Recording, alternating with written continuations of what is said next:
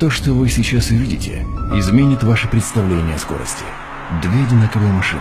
У одной скорость 60, у другой 65. Неожиданное препятствие на пути.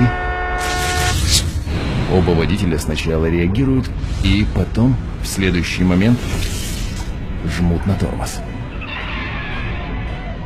И вот сейчас начинаются интересные вещи. Вот здесь разница колоссальная. За последние 5 метров торможения ты снижаешь скорость в 2 раза.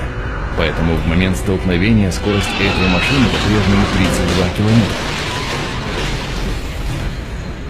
Это тоже меняется.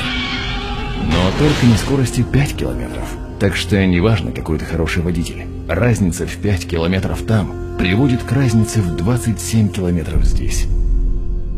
Сбавь скорость на 5.